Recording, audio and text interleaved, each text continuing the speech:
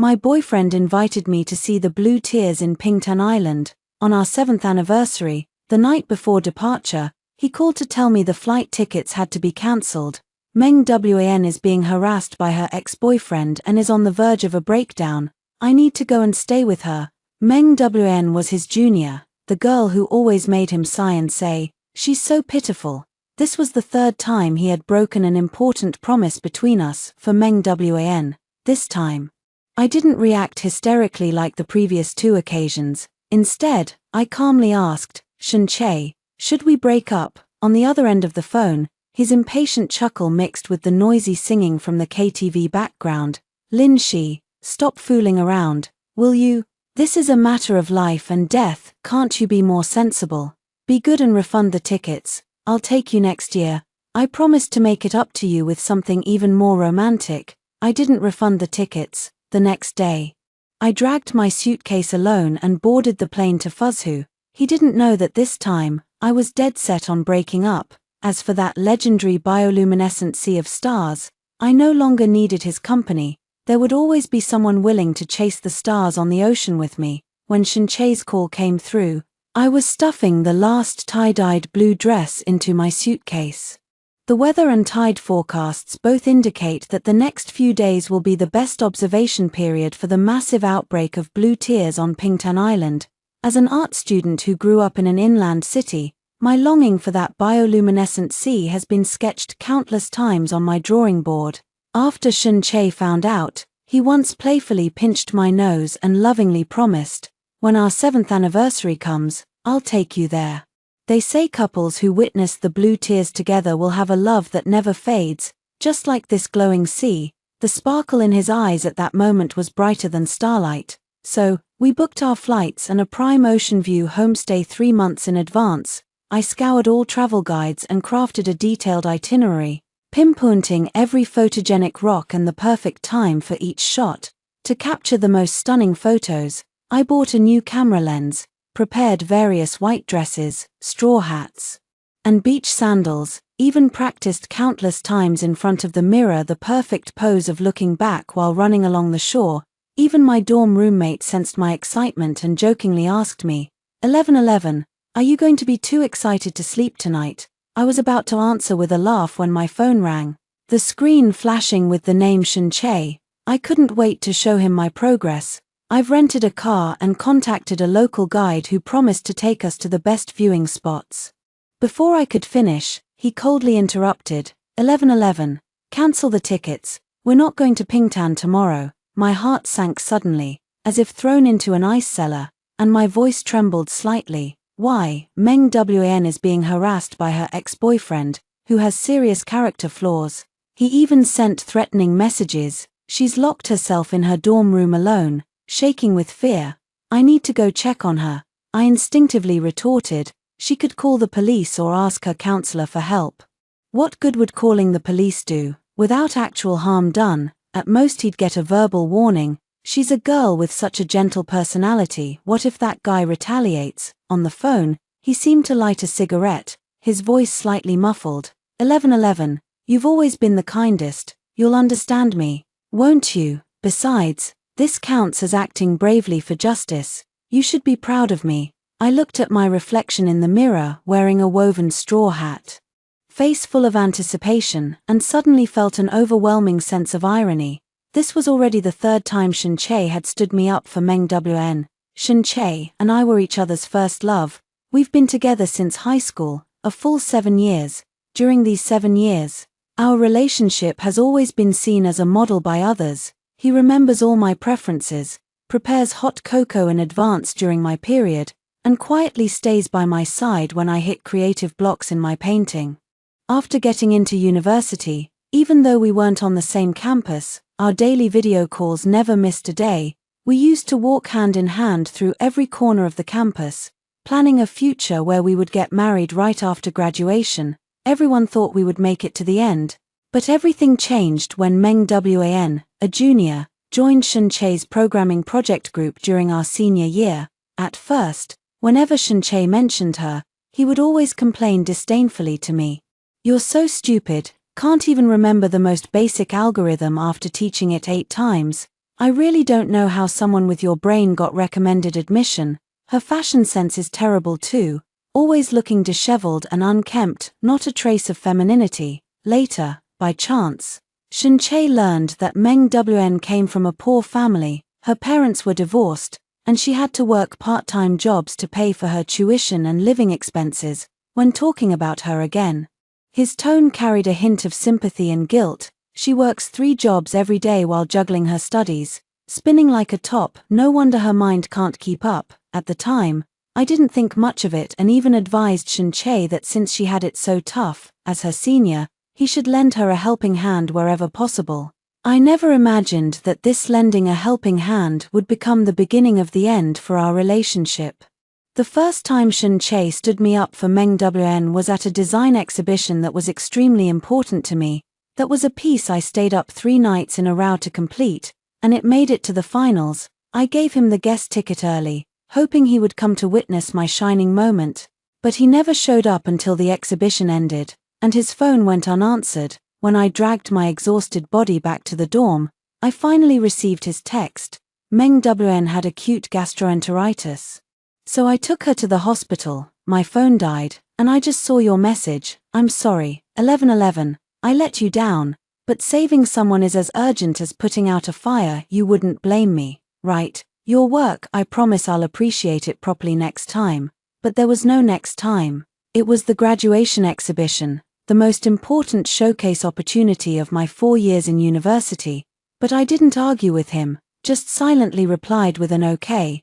I told myself that health and life are most important.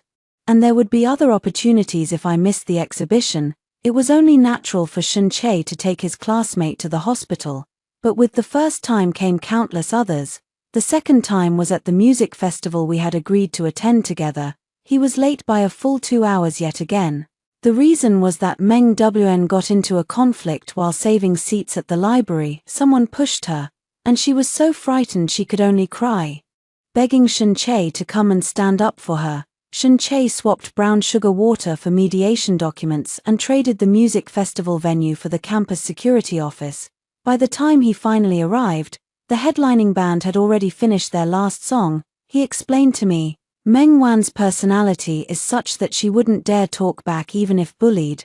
You're a girl too, you should understand that feeling of helplessness. I stayed because I was afraid she'd suffer. I just found it absurd. Shivering in the cold wind, I asked him, couldn't she have gone to a teacher or classmates? Why did it have to be you, a male senior? She's new to the school, doesn't have many friends, and has an introverted personality. It was an urgent situation. I was the first person she thought of. How could I refuse? There's nothing between us. 11:11. What are you imagining? His explanation was cut short halfway through that day, because Meng Wn sent another message, saying she still felt scared and asking if he could walk her back to her dorm.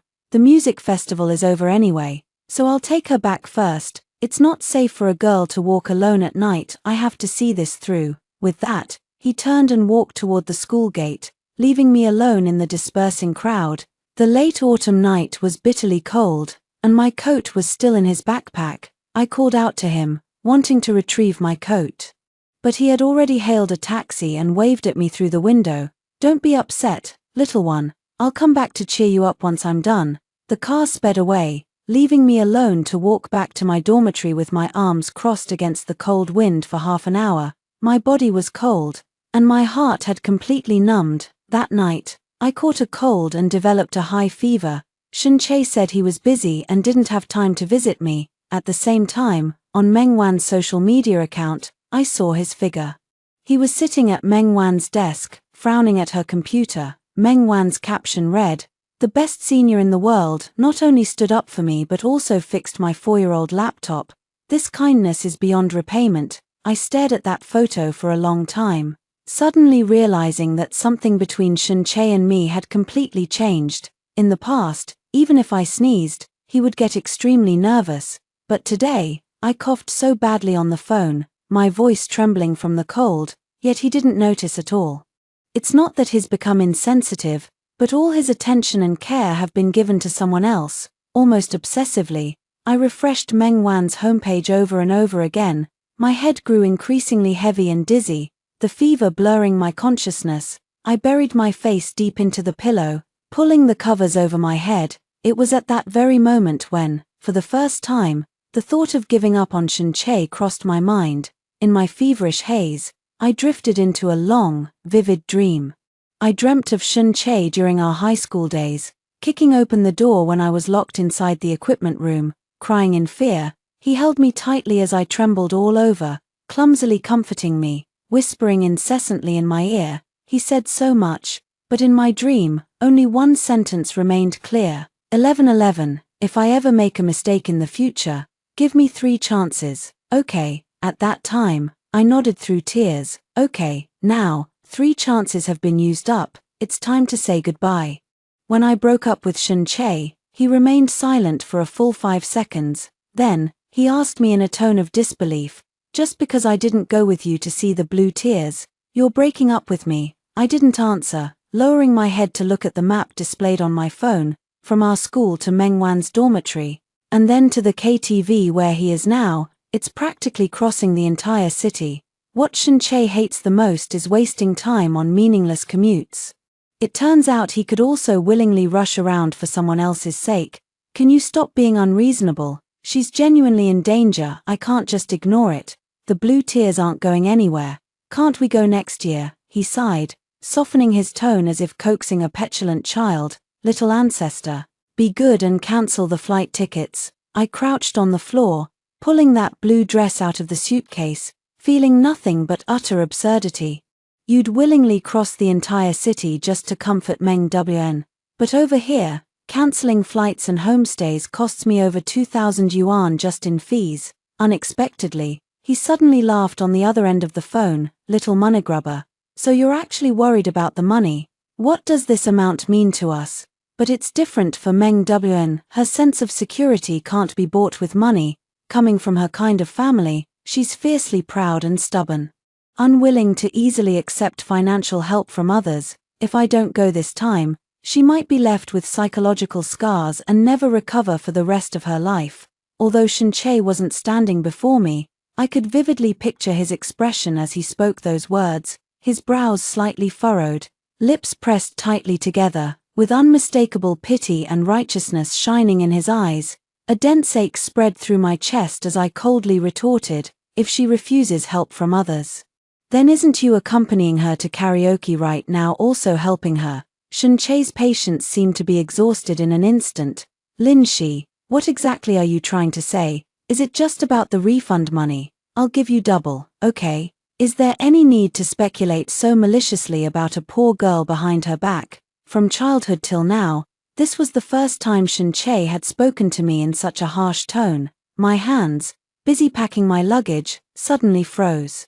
The grievances I had suppressed for so long could no longer be contained and surged forth uncontrollably. He also realized his words were too harsh. 1111, that's not what I meant. I cut him off directly. Shin-chae, we're breaking up, using a breakup to threaten me again. Are you really that obsessed? Is that sea view so important? Stop fooling around. If you dare mention breaking up again, I'll take it seriously. You'll regret it later.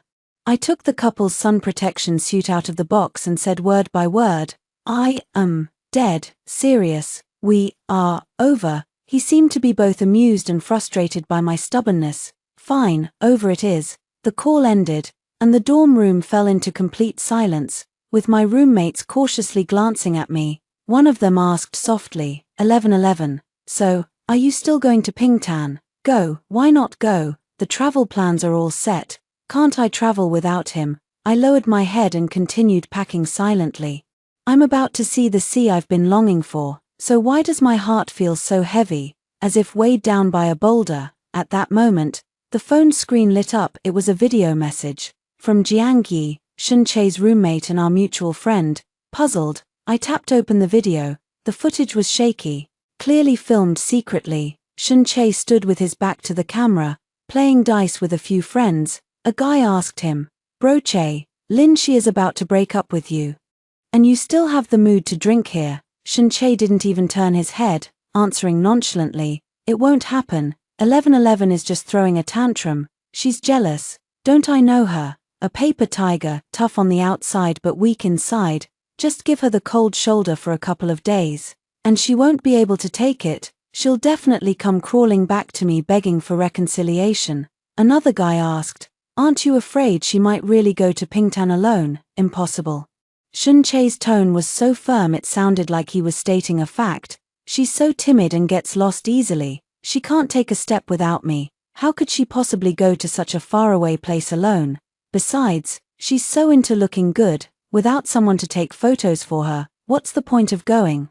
As soon as he finished speaking, the door of the private room beside him was pushed open. Meng Wn walked in carrying a fruit platter, her voice timid and choked with tears. "Senior, thank you for accompanying me today. The video ends here." I was somewhat baffled and replied to Jiangyi with a question mark. He quickly responded with text, "Classmate Lin, I'm not someone who likes to meddle in others' affairs. There's no other meaning behind sending this. I just wanted to ask, are you still going to Pingtan? Coincidentally, I'm also going there tomorrow for fieldwork, and we're on the same flight.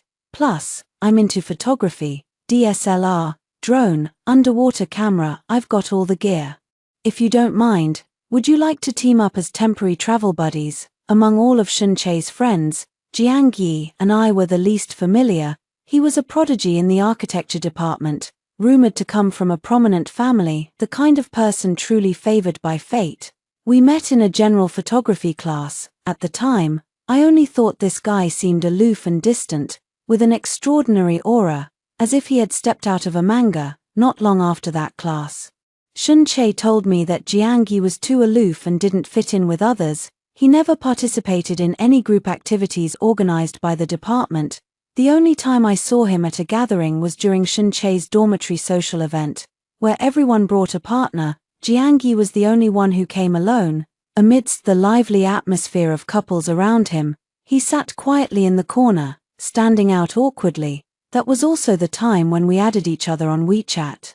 But we never interacted again afterward. The chat window remained as clean as a blank sheet of paper. At this moment, staring at his proposal on the screen, I pondered for a while. I truly dislike traveling alone. Having someone to accompany and look out for each other would provide a greater sense of security. Moreover, Jiangyi indeed seemed very reliable. So, I replied to him, "Okay." The flight was scheduled for 11 o'clock the next morning. We agreed to meet in front of the airport terminal. I spotted him from afar. He was standing quietly under a palm tree, pulling a silver suitcase, dressed simply in a white t-shirt and casual pants. Perhaps it was his striking appearance that made him stand out in the crowd like a radiant figure with a natural soft glow. Upon seeing me, he nodded politely and then effortlessly took the suitcase from my hands. "I can manage it myself," I said, feeling a bit embarrassed. "It's fine, not heavy at all." After completing check-in, we boarded the plane together and found our seats conveniently next to each other. He took a U-shaped pillow from his backpack and handed it to me, saying in a clear voice, "You seem like you didn't rest well. You can wear this and take a nap later." I was taken aback. Last night, I had indeed stayed up all night arguing with Shunche and was in a terrible mood. When I woke up in the morning with dark circles under my eyes, feeling awful, I vented my frustration with a single line in my encrypted diary app. "I hope I can sleep well on the plane. It would be great if there was a pillow." This app is specifically for recording my private thoughts. Even Shunche doesn't know it exists. Jiangyi, naturally, is even less likely to know. I guess this must just be a coincidence. "Did you do your research? Do you want to take a look at my itinerary?" I handed him my phone. He nodded, carefully reviewed it, and then commented, "Very thoughtful. It covers almost all the popular attractions, but there's one small issue. Look, on the third day, you've scheduled 4 attractions located in 4 different directions of the island. The distances are quite far, and trying to visit them all in one day would be extremely tiring. It would mostly be just skimming the surface. I suggest visiting Beigang Village and the Island Ring Road in one day. They're along the same route. We can rent an electric bike and take a leisurely ride. The scenery is beautiful." I watched as he traced his finger across my digital map, redrawing the route with focused intensity, slightly lost in thought. Back when I traveled with Shunche, planning was always left to me alone. He knew nothing about our destinations and never bothered to look at the itineraries I made. Sometimes if I packed the schedule too tight or accidentally chose an overhyped Instagram-filtered spot, he would complain and criticize me endlessly. 11:11. Your travel guide is way too rough, isn't it? My legs are about to give out from all this walking. What's even worth seeing in this dump? Over time, I had almost forgotten that traveling should be a two-person affair, requiring mutual discussion and planning, but Jiangyi was different. He had clearly done his homework beforehand. Soon, he helped me optimize the itinerary again. As the plane entered the stratosphere, drowsiness washed over me, and I fell asleep without realizing it. When I woke up, I found my head resting on Jiangyi's shoulder, unconsciously clutching the corner of his clothes. Jiangyi's body was somewhat stiff, not daring to move a muscle. I was startled and quickly sat up straight, my face flushing red as I apologized. It's fine, you were sleeping so soundly I couldn't bear to wake you, he replied calmly, as if it were the most natural thing in the world. Over the next few days, Jiangyi and I explored Pingtan Island according to our new itinerary. I realized Jiangyi was truly the perfect travel companion. He's not like Shen-Che, who would criticize the restaurants I picked as not authentic enough, nor would he perfunctorily snap a couple of photos and then rush me to leave, whether it's seafood street stalls or local specialty snacks. He enjoys them all with great relish. Classmate Lin, you've got a great eye for spots, this place tastes amazing. When taking photos, he patiently searches for the best lighting and angles, and even guides me on how to pose. Every photo he takes looks like a meticulously crafted poster. The only slight disappointment was that the predicted bioluminescent blue tears failed to appear as forecasted. Fortunately, we had both taken a few extra days off, so there was still time to wait. That day, as we left the immortal well-scenic area and boarded the bus back, I idly scrolled through my phone. Just then, I happened to see Meng Wan's updated WeChat moments. As if possessed, I clicked into her profile and discovered that every single post was related to Shen-Che. At first, she properly addressed Shen-Che as Senior. Thank you, Senior, for staying with me all night and offering guidance. I feel much safer now. Senior took me to eat the hot pot I've been craving and even bought me an extra large cup of milk tea. So happy. Later, her way of addressing him quietly changed to someone. Someone really did grow up in the city, had never even seen fireflies before and screamed in fright. So adorable. Someone who's used to gourmet delicacies actually said my mom's home-cooked meals are the best in the world. Someone insisted on dragging me up the mountain to watch the sunrise. But bro, the trail is super slippery after the rain. He said the misty scenery at the mountaintop makes his heart flutter more than any ocean view. I wish I could post 10 times a day to announce it to the whole world.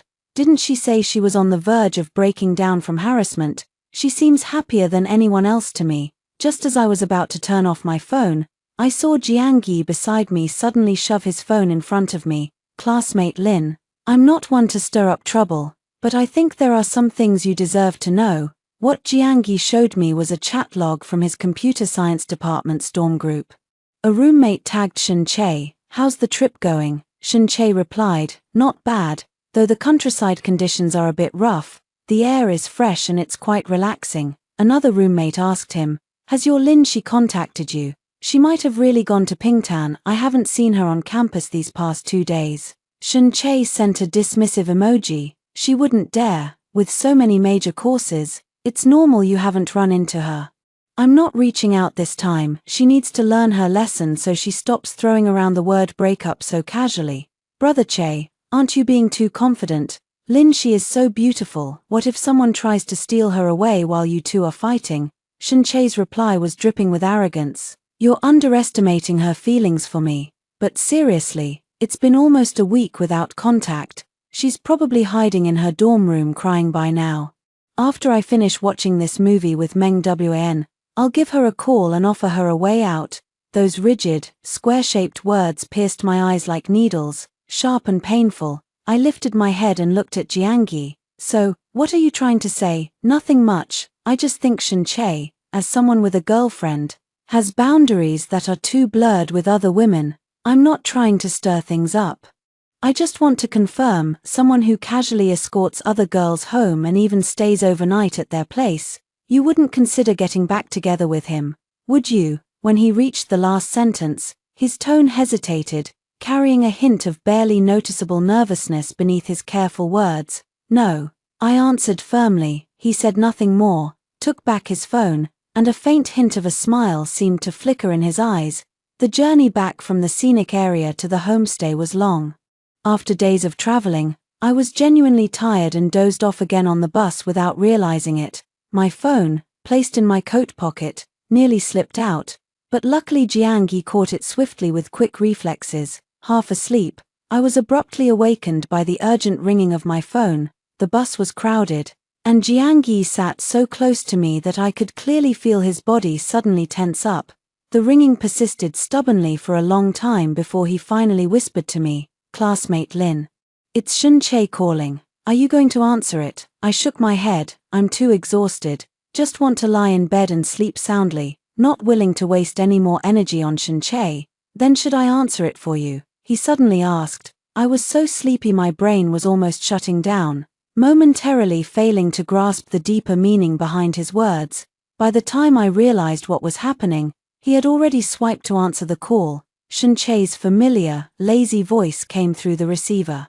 "Little ancestor, has your anger subsided? I'm at Meng Wan's place right now. I'll be back in a couple of days. I specially brought you some homemade dried bamboo shoots from her family. I know you don't really mean to break up, so I won't hold it against you this time. Don't say such nonsense again, understand?" His tone was filled with the condescension and benevolence of a superior to an inferior, as if I were the one being unreasonable and in need of forgiveness.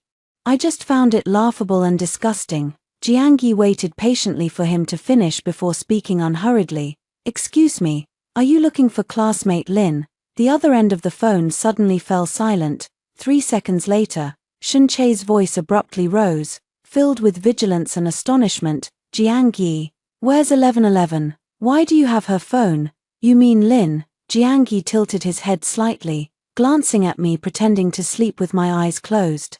A faint curve forming at the corner of his lips. "She's exhausted today and is sleeping right beside me. Would you like me to wake her up? I did indeed spend the whole day playing today and am really tired, and it's true that I dozed off on the bus." Every word Jiangyi said was an objective fact, but when these facts were put together, they sounded incredibly ambiguous no matter how you heard them. On the other end of the phone, Shun-Che, after a brief moment of shock, suddenly seemed to understand something and let out a sigh of relief. "Oh, I almost forgot, today's Friday, and you and 1111 have the same photography elective. I haven't responded to her these past few days. Has she been crying every day?" "She must be exhausted from crying.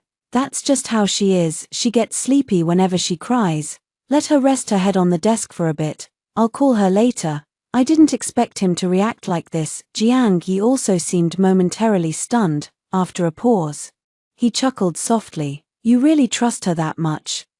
If it were anyone else, I definitely wouldn't be at ease. But you're different." Shun-Che also laughed. "I've seen the arranged marriage candidate your family picked for you, a stunning beauty with exceptional grace. The line of guys chasing her could stretch from your architecture department all the way to the school gate, with a goddess of that caliber by your side. How could you possibly take an interest in a little crybaby like 1111 who hasn't grown up yet?" On the phone, Meng Wan's voice could faintly be heard. "Senior, who are you talking to on the phone? I've made some chicken soup for you. Hurry and drink it while it's hot." So, Shun-Che hurriedly ended the call. "I've got something to deal with here. Let's talk later." After the call ended, Jiangyi saw that I was already awake and returned the phone to me. "Should we grab something to eat at the night market before heading back to the homestay?" he asked. I was indeed a bit hungry, but I shook my head. "No, I'm a little tired." I had always thought Jiangyi was single, but today I found out he actually has an arranged marriage partner. Then why would he travel alone with me, a girl? Doesn't that seem inappropriate? There was an elderly woman selling gardenias by the bus stop.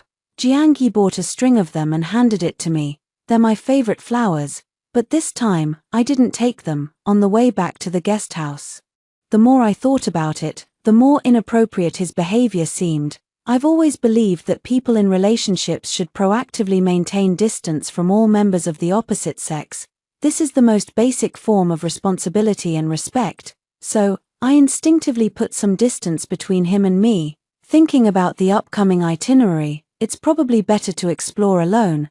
I was just thinking about how to bring it up when Jiangyi called out to me first. Lin, He stood at the door of my room, tall and straight, looking seriously into my eyes as he explained, I did have an arranged marriage partner before, but neither of us had feelings for each other. The last time she came to school to see me, it was to discuss how we could persuade our families together to cancel the engagement. Now, the engagement has been officially cancelled, and I've made my stance clear to my parents. In other words, I'm single now. The strands of hair on his forehead were slightly tousled by the sea breeze as he lowered his head slightly, his gaze intense. I'm saying this without any ulterior motives, just to avoid unnecessary misunderstandings. I'm not like Shin-chae. He has a girlfriend yet still gets entangled with other women. I'm not that kind of person. At this point, he paused and once again offered me the string of gardenias he had been holding all along. I don't like overly strong scents, but it feels wasteful to just throw it away, considering I took so many nice photos for you today. Could you do me a favor and keep it? I looked up at him. Indeed, Jiangyi was different from Shin-chae, at least in temperament. They were worlds apart. Shin-chae is someone who never bothers to explain. He always says misunderstandings arise from a lack of trust, so whenever I misunderstood him, he never clarified, just watched coldly as I overthought, spiraled into self-doubt, and drowned in anxiety. Today, I finally realized, oh, turns out men can actually speak. I took the string of pristine gardenias from his hand. All right, see you tomorrow. After washing up, I was just about to rest when Shin-chae's message popped up. 11:11. Are you back at the dorm? I'm still awake. Mengwan's bed is too small. I can't even turn over when sleeping, but luckily the blanket smells like sunshine. Staying in the countryside for a few days is quite nice. Next time I'll bring you along to experience it too. I replied directly to him, not back at the dorm, I'm in Pingtan. Little liar, you were just attending the elective class with Jiangyi. Did you think I wouldn't know? Alright, stop being petty. If you want to act spoiled, send me a voice message. How come I never noticed before? His brain seems a bit off. I have to get up early tomorrow to catch the sunrise, so I don't want to waste time with him and directly blocked his number. The next second, his call came through from another number. Lin Shi. Haven't you had enough? I've already given you a way out. How utterly ridiculous. Lying in another girl's bed, resting on her pillow, covered by her blanket, and sending me those self-righteous texts. You call that giving me a way out? I couldn't be bothered to waste any more words on him, so I simply reminded him, Shin-chae, we've already broken up. Please don't bother me anymore, he retorted angrily, still making a scene. Do you believe I'll really break up with you? Sure, let's break up. There was a long silence on the other end of the phone, followed by his voice, seething with anger. Fine, Lin Shi, you're something else. Whoever looks back first is a dog. Don't come crying to me later. For the sake of peace and quiet, I blocked all of Shin-chae's contact information. The next day, Jiangyi and I stuck to our original plan and went to Dongxiang Island to watch the sunrise. Unfortunately, the bioluminescent blue tears we were hoping to see remained elusive. Fortunately, the stone houses and morning light on Dongxiang Island were as beautiful as an oil painting. We rented a small electric scooter and rode leisurely along the coastline. The wind carried a salty tang, the sunlight was warm, and everything felt utterly relaxing. The weather forecast predicted a temperature drop, but the skies stayed brilliantly clear instead. The wind by the sea was strong, making it hard to stand steady. We took shelter behind a reef to avoid the wind. The wind whipped up waves that crashed against the rocks, splashing large sprays of water. Soon, a sizable puddle formed on the path we had to cross. I was wearing white canvas shoes today. Stepping through would surely soak them completely. Just as I was hesitating whether to take off my shoes and go over, Jiangyi suddenly squatted halfway down in front of me. Get on. I froze. Huh, your shoes aren't waterproof. I'll carry you over. I hesitated for a moment, then looked down at his shoes. He was wearing a pair of black Doc Martens, which were indeed more suitable for walking on this kind of road than my shoes. Noticing my hesitation, he cleared his throat lightly and explained, "Travel buddies should help each other out. Besides, we still have to go to the next attraction. Wearing wet shoes would be uncomfortable, and there's nowhere nearby to buy new ones." So, after much hesitation, I gently climbed onto his back. Jiangyi's shoulders were broad, his back straight, and his steps steady. As we got closer, I could catch a faint, refreshing scent from him, reminiscent of cedarwood. He must have been unaccustomed to such close contact with others. As a light blush spread from the tips of his ears down his slender neck, finally crossing that puddle, he carefully set me down on a dry step, then suddenly lowered his head and gently brushed his hand over the top of my hair. His scent enveloped me, both domineering and gentle. I could even clearly see my own flustered reflection mirrored in his pitch-black pupils. Startled, I instinctively tried to step back, but he had already withdrawn his hand. Resting quietly in his palm was a withered leaf that had blown in from somewhere. So, he had only meant to remove something from my hair. He seemed completely unaware of my earlier awkwardness and asked me in a very casual tone if I'd like to try a local specialty roasted sweet potato. I nodded, sure. This little episode passed just like that, as lightly as drifting clouds. The day's itinerary was fulfilling, but as the date of our return journey drew nearer, there wasn't even a trace of those blue tears to be seen. What's even more frustrating is that before setting off, all the guides and forecasts confidently claimed these days would be the peak period. Now that I'm here, the weather forecast keeps showing strong winds every day, making it unsuitable for observation. It seems this trip to see the blue tears is destined to end in regret. With a sigh, I opened my encrypted diary app and recorded today's ramblings. I really want to see the blue tears once. Could I see even just a tiny bit before I leave? I'm not asking for much. Just a small patch like fireflies would be enough. Not long after posting, a familiar ID left a comment below. "Where there's a will, there's a way." This ID looked very familiar to me. He had been following me for a long time. We've never had private chats, just occasionally interacted under each other's posts. When I faced difficulties, he would say hang in there. When I was happy, he'd offer congratulations. Just like countless strangers in the online world who pass by yet carry goodwill in their hearts, I replied to him, "Thanks for your kind words." The next day, I woke up before dawn. With a mix of apprehension and nervousness, I abruptly pulled open the curtains, but outside, the sea remained as calm and undisturbed as ever. Once again, my expectations were dashed. It was an overcast day. With a sigh, I lost all desire to sleep and idly began scrolling through my social media feed. I happened to come across Meng Wan's latest post. Someone said they really liked the tranquility here, and also mentioned how fortunate it was to accompany me home this time. Otherwise, if we had gone to the beach, we wouldn't have seen anything, just wasting both money and time. At that very moment, there was suddenly a knock at the door.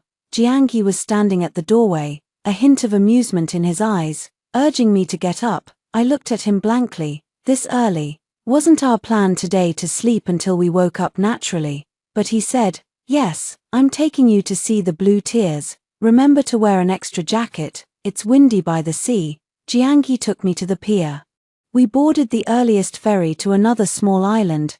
The scenery outside the ship's window kept changing, transitioning from the bustling county town to a tranquil bay dotted with scattered fishing boats. An hour later, the ferry arrived at its destination. A light rain fell here last night, and now the air is still filled with a damp, fresh scent.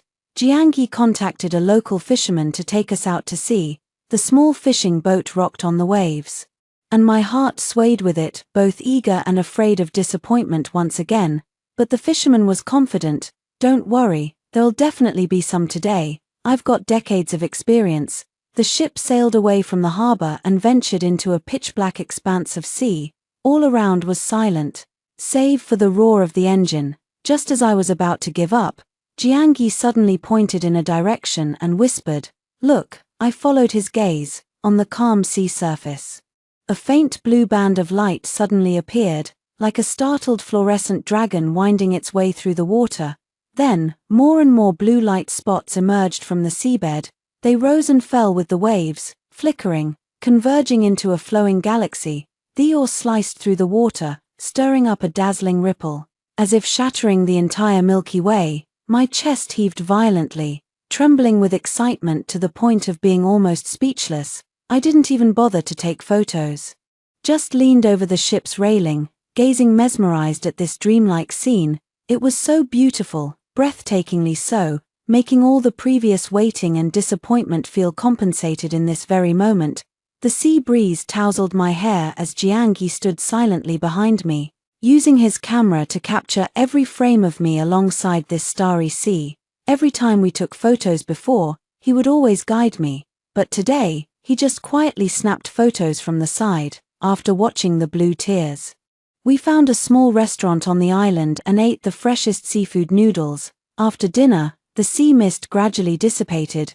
My cheeks were chilled by the sea breeze, so Jiangyi took off his coat and draped it over me.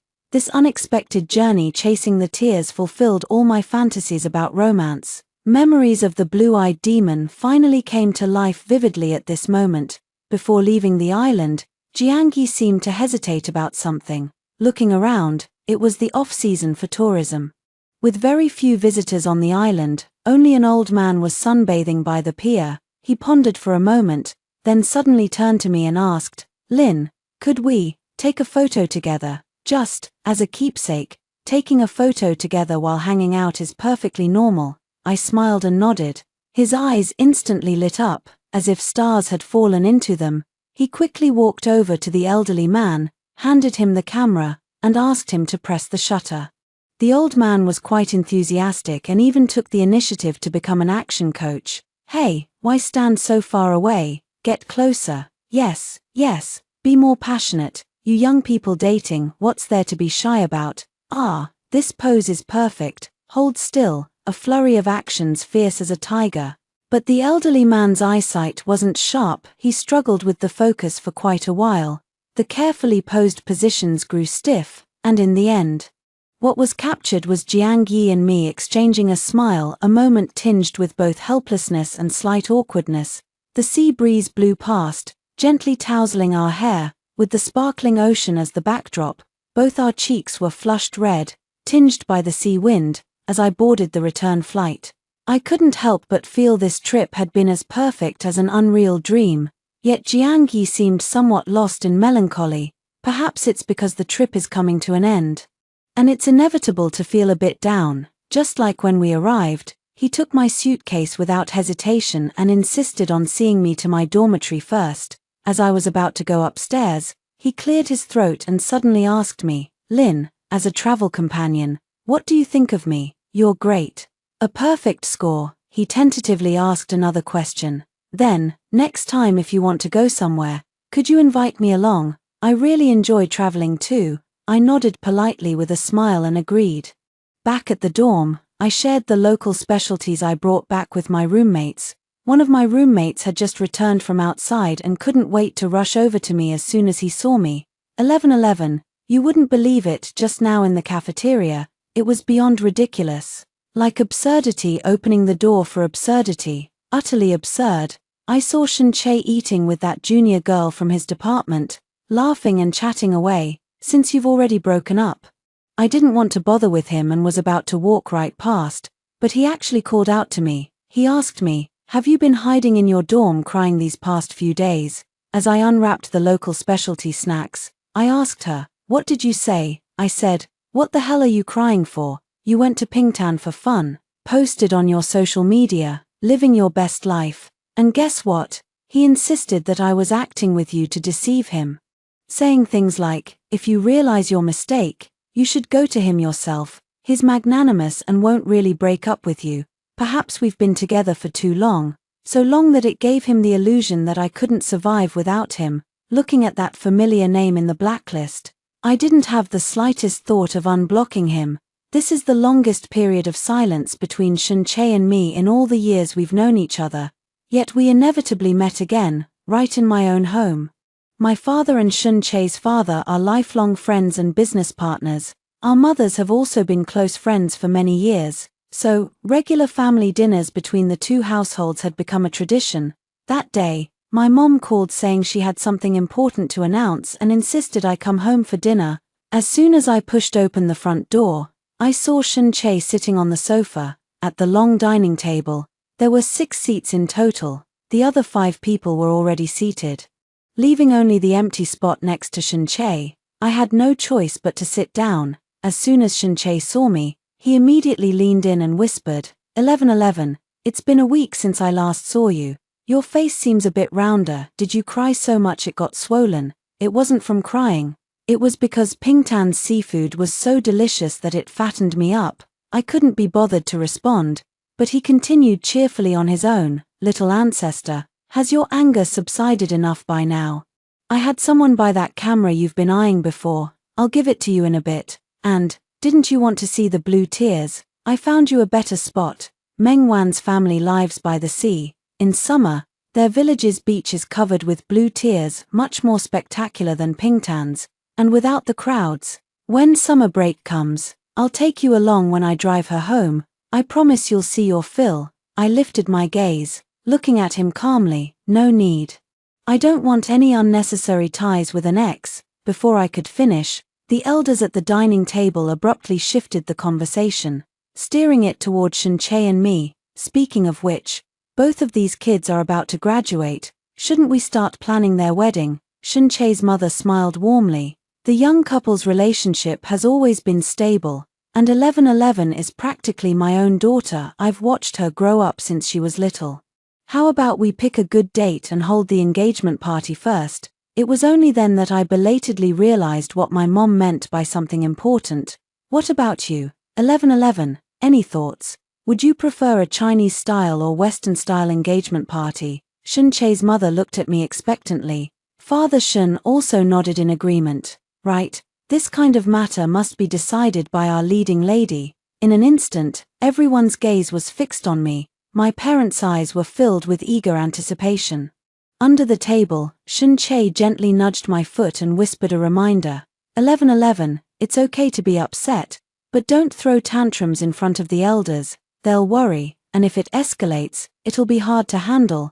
This wasn't the first time he'd said something like this, so in the past, no matter how much I suffered grievances from him, when I got home, I would only share the good news and never the bad.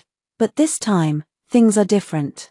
There are some matters that must be clarified with both sets of parents. I took a deep breath and spoke slowly. Uncle, Auntie, Dad, Mom, Shun-Che and I have already broken up, so let's just forget about the engagement.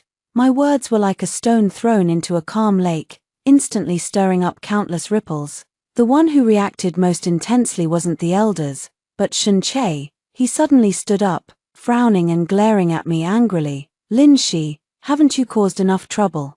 Is an engagement a child's game? You think you can just cancel it whenever you want? Do you find this amusing? My parents also looked disapproving. 1111, don't be so willful. If there's any misunderstanding, just sit down and talk it out properly. Mrs. Shun first shot Shun-Che a glare, signaling him to sit down, then gently coaxed me. 1111, did our Che do something wrong to upset you? Tell Auntie, and I'll deal with him. I promise he'll be obedient to you from now on. You're the child I've watched grow up. The bond between you and HA over all these years, we've all seen it. You mustn't let a trivial matter provoke you into acting rashly. Amidst everyone's objections, I smiled and said, I'm not acting rashly. I've thought this through very clearly. I hadn't planned to discuss this matter at the dinner table, intending to talk it over privately with my parents later, but since things have already come to this point, it might as well be settled openly in front of everyone once and for all. Shun-Che, where did you go when you took leave last week? Did you tell your parents about it? Clearly, he hadn't mentioned it. When I brought this up, his expression instantly became somewhat flustered, so I spoke up for him. He accompanied a junior female classmate back to her hometown and stayed at her place for a full 6 days. Mother Shun was taken aback. Is that so, Mom? You've always taught me to be helpful since I was little. That Junior's family had some trouble, and she was too scared to go home alone. I was just doing a good deed. Shun-Che tried hard to defend himself, aiming to claim the moral high ground. Hearing this, Father Shun nodded in agreement and added, helping classmates is a good thing. 1111, Don't overthink it, Ake just has a warm heart, it's a virtue. In the past, I always thought Uncle and Aunt Shun were wonderful people. They would remember my birthday, prepare New Year's red envelopes for me, and treat me like their own daughter. But after all, there are degrees of closeness between people. Deep down, I knew they would always favor their own son. So, I opened Meng Wan's moments. I had never deleted her, I was waiting for this moment all along. Here, this is that Junior's social media post. You can take a look. The phone was passed around the dining table, the expressions on Mr. and Mrs. Shun's faces grew increasingly grim as they read. Clearly, they too could see that those words and images contained far too many ambiguous messages. Only Shun-chae looked at the screenshot on my phone with a blank expression, then took out his own phone to compare for a long time before finally cursing under his breath. She blocked me. I've never seen any of these before. 1111. I didn't know she posted these things. Many of those words weren't mine, she made them up herself. I really only saw her as a regular junior. If I'd known she had these kinds of feelings for me, I would have kept my distance. With just a few words, he had completely absolved himself of any responsibility. Mother Shun immediately seized the opportunity to mediate, advising me, 1111. Since it's a misunderstanding, clearing it up is enough. Don't break up over this. In today's society, finding a well-matched partner is no easy task. Look at our Ake, his looks, his abilities. What's lacking? In your school, is there any boy with better qualifications than him? To be honest, there is. Jiang Yi, the undisputed heartthrob of the architecture department. In terms of overall qualifications, Shun-chae really doesn't rank ahead of him. As if guessing my thoughts, Shun-chae cut me off before I could speak. Jiang Yi is handsome, but there's no way it could be with you. His family has long arranged a marriage alliance for him. I heard he recently postponed his plans to study abroad after graduation, all for that girl. He even changed his lock screen to a photo of a girl's back by the sea. I was slightly taken aback. A back by the sea? Was it a stock photo, or a candid shot? Aunt Shun continued to persuade me. 1111. Are you upset because HA didn't accompany you to Pingtan? It's okay. Auntie will pay for you two to go again. You can go during summer break. She's already been there. My mom, who had been silent all this time, finally spoke up. She pulled out the travel photos I had sent her a few days ago. 1111 went to Pingtan by herself last week. I originally thought you went with HA. She looked at me puzzled. But since HA went home with his junior, then, who did you go with? Shun-chae stared in shock at the photos taken on Pingtan Island stored in my phone.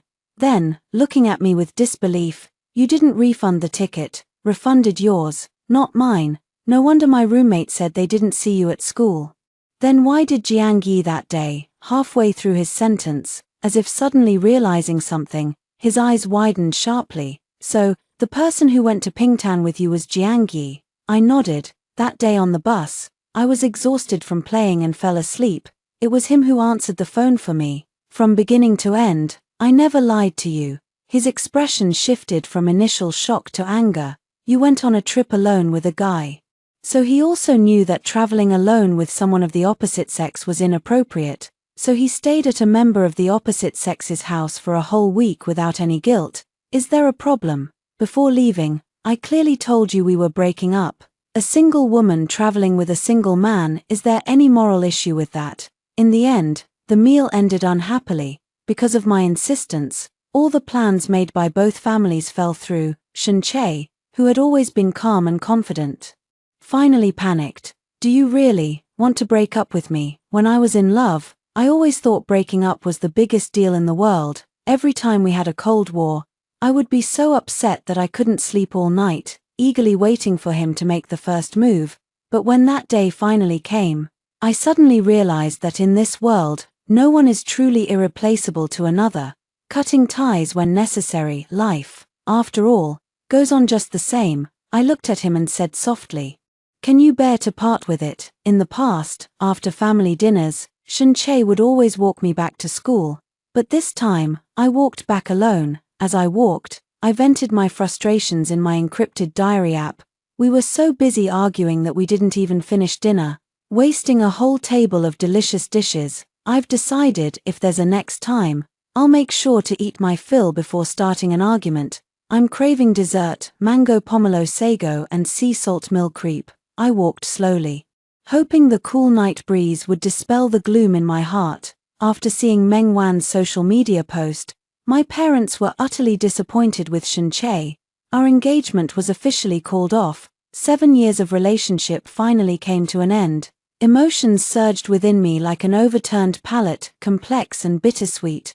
I stood by the school lake, letting the wind blow over me for a long time before slowly making my way back to the dorm. At the dormitory entrance, I spotted a familiar, tall figure. His disheveled bangs were slightly tousled by the wind as he stood quietly under a magnolia tree, seemingly waiting for someone. Upon seeing me, his eyes lit up, and he walked toward me carrying a cake box and several drinks. It was Jiangyi. The cake was sea salt mill fuel. There are 4 drinks: mango pomelo sago, grape cheese tea, mango cheese tea, and a cup of hot cocoa. Jiangyi explained somewhat awkwardly. I suddenly felt like eating cake today. But I accidentally bought the wrong flavor, sea salt. I don't like things that are too sweet. I remembered you mentioned really liking this flavor during our trip, so I brought it over on my way. I pointed at the drinks in his hand. And these? Did you buy the wrong ones too? No, not at all.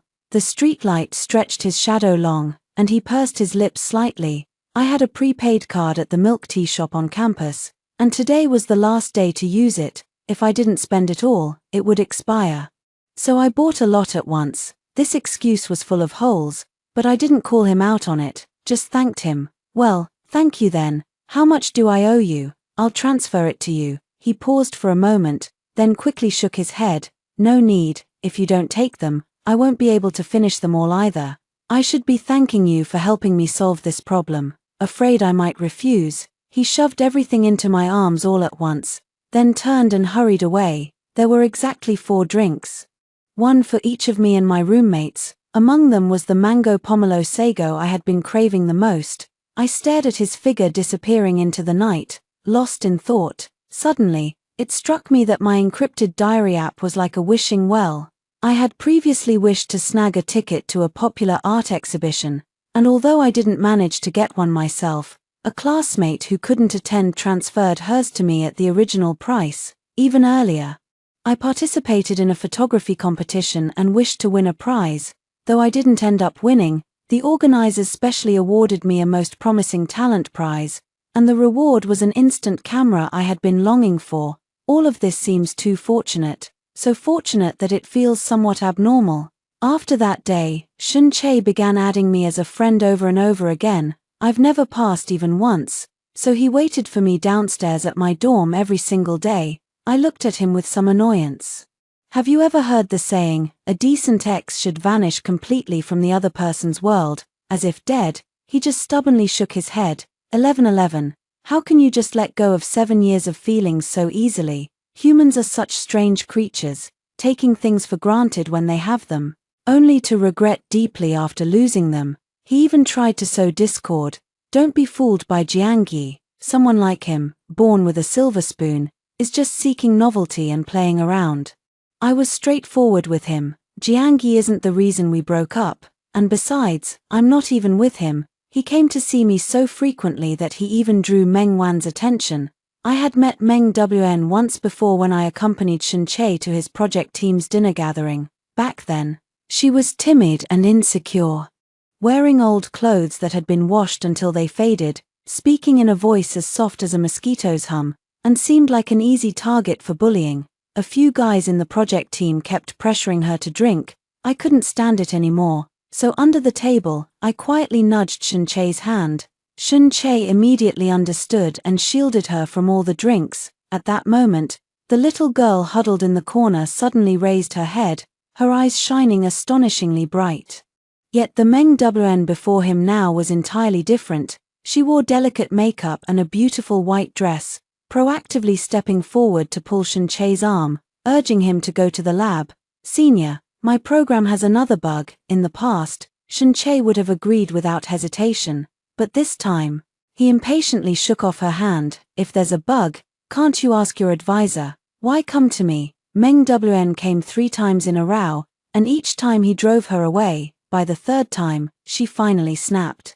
Shin-chae, don't you like me? You've already broken up with Lin-shi. Why can't you stop thinking about her? Wouldn't it be better to be with me? Shin-chae looked as if he'd heard the most ridiculous joke. When did I ever say I liked you, if you didn't like me? Why did you cover for me and drink on my behalf at that party? That was because she asked me to help you. Meng Wn was stunned for a moment, then pressed further. I carried such heavy luggage upstairs, and everyone turned a blind eye. Disliking me, why did you come to help me? And also, if you disliked me, why did you start leaving a bottle of milk on my desk every few days after finding out I often skipped breakfast? Your feelings for Lin-shi are just a 7-year habit. The one you truly like is me, Shin-chae. Shin-chae was left speechless by her barrage of questions, gritting his teeth in frustration. That's only because she told me you were having a hard time and asked me to help whenever I could.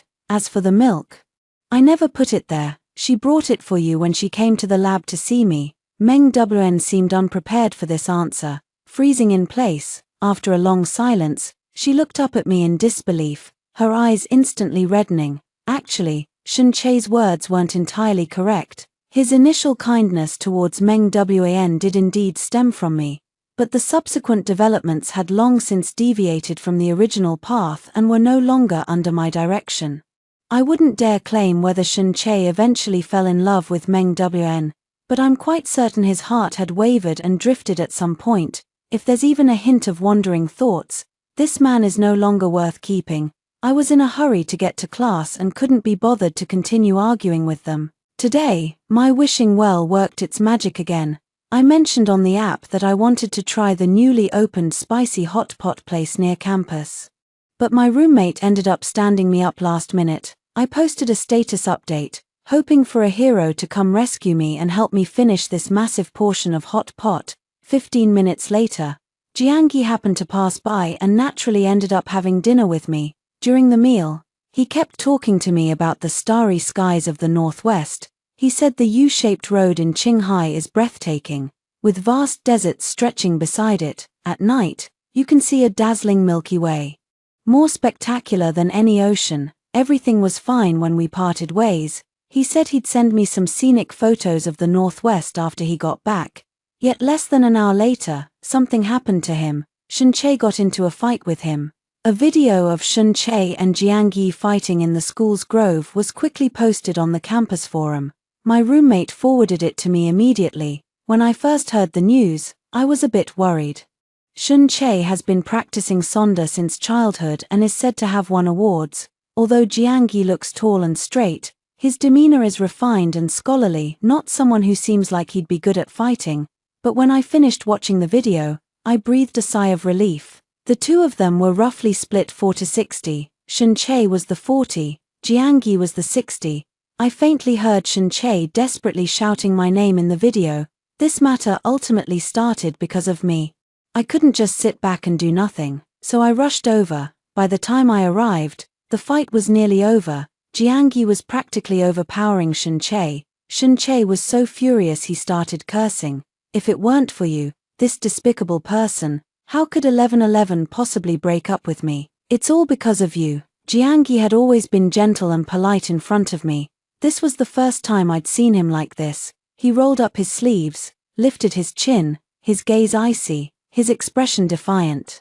Her breaking up with you, what does that have to do with me? It's because you're stupid. Can't even tell a green tea bitch from a decent girl. Easy for you to say, as if you could tell the difference. Shin-chae gritted his teeth in frustration.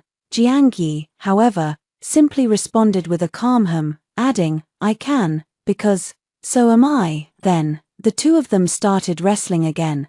But just as I approached, Jiangyi, who had been dominating the fight moments ago, suddenly stopped. Shin-chae's punch landed squarely on his shoulder. Clutching his injured arm, he staggered back 2 steps but didn't fight back, just stood there pale-faced. A scratch on his temple broke the skin, drawing a thin line of blood that trailed down his cheek, making the injury appear severe. Shin-chae hadn't noticed my arrival yet. Taunting him, "Why'd you stop fighting?" Scared, as he finished speaking, his eyes finally landed on me, freezing all movement instantly. I hurried to Jiangyi's side. Asking if he was hurt, he swayed slightly, as if in severe pain, yet still managed to force a faint smile at me and shook his head. Classmate Lin, I'm fine. I don't know why Shinche suddenly came over and hit me. I have no idea what happened. He seems emotionally unstable. So you'd better leave and stay away from him. Shinche had already stopped, but upon hearing this, his anger flared up again instantly. What? You're still pretending? You scheming dog, how can you be so disgusting?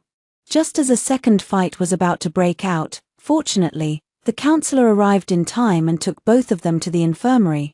Jiangyi appeared more seriously injured, but they were all superficial wounds that could be treated with simple first aid. Shinche wasn't as lucky. Jiangyi fought dirty, targeting areas that wouldn't show bruises, leaving him with several soft tissue contusions. Ironically, it was Shinche who had started the fight in the first place. He had to bear the punishment alone. And the medical expenses were also his to pay. I didn't leave the infirmary right away. I pulled up a chair and sat by Shinche's bedside. Let's talk. He looked disheveled but still managed to gather his strength and look at me. Do you remember that year in high school when I was locked in the equipment room? You kicked open the door and saved me. Later, you made me promise to give you 3 chances if you ever made mistakes. Shinche's gaze wavered for a moment before he finally nodded after a long pause. Seems like something like that did happen. So, he had almost forgotten. I've given you 3 chances already. The first time, it was my graduation design exhibition, and you stood me up for Meng Wan. I stood alone in the exhibition hall, watching people come and go, feeling my heart sink little by little. The second time, on the day of the music festival, you left me alone in the cold wind to stand up for her. I developed a high fever, which turned into acute pneumonia and landed me in the hospital. Yet, because you thought I was just throwing a tantrum, you didn't contact me for 3 whole days. At that time, as I looked at the 4 needle in the back of my hand, I told myself, this was the last time. If something like this happened again, we were done, because I stayed. His face initially still held a glimmer of hope and joy, but as I spoke, that glimmer of joy shattered bit by bit, crumbling into helplessness and regret. I used to really, really like you, the kind of liking that made me want to marry you right away. But now, I don't anymore. I'm telling you this just to make it clear that our breakup has nothing to do with Jiangyi. Please don't harass unrelated people anymore. With that, I stood up and left, faintly. I seemed to hear Shinche's suppressed sobs behind me, like an evening breeze sweeping across an empty wilderness, carrying endless desolation. At the infirmary door, I ran into Jiangyi, who hadn't left yet. Seeing me come out so quickly, he seemed relieved, then limped toward me. Lin, could you help me get back to the dorm? My foot seems to have been accidentally twisted just now, and it hurts a bit when I walk. I remember clearly that his foot wasn't injured earlier, just as I was about to ask him.